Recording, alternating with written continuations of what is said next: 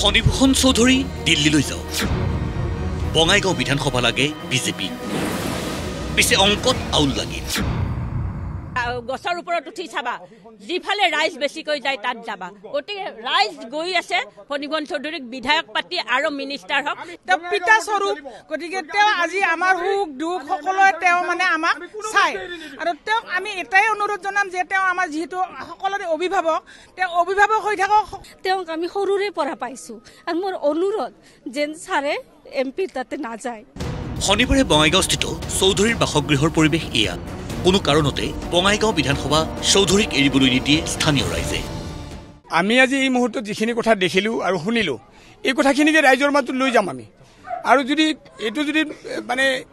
ইমানৰে বন্ধ নকৰে তেতিয়াহ'লে এইটো এটা আন্দোলনত পৰিণত হ'ব সমষ্টিবাসীৰ এই আহ্বানৰ প্ৰতি সম্পূৰ্ণ সঁহাৰি ফণীভূষণ চৌধুৰীৰ কথা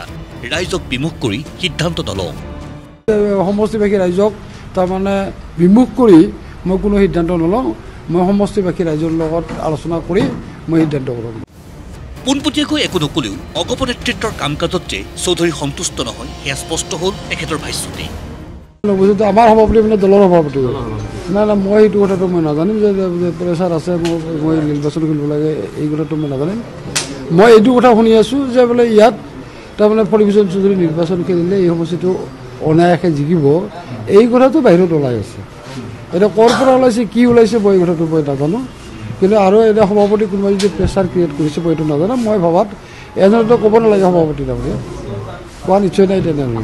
মই এতিয়া অসম গণ পৰিষদ দলৰ এজন সদস্য অসম গণ পৰিষদ দলৰ মই নেতৃত্ব বহন কৰা নাই মই অসম গণ পৰিষদৰ কেন্দ্ৰীয় নেতৃত্ব মই নহয় এতিয়া অসম গণ পৰিষদ দলৰ মই এগৰাকী কাৰ্যনিৰ্বাহক সদস্য এতিয়া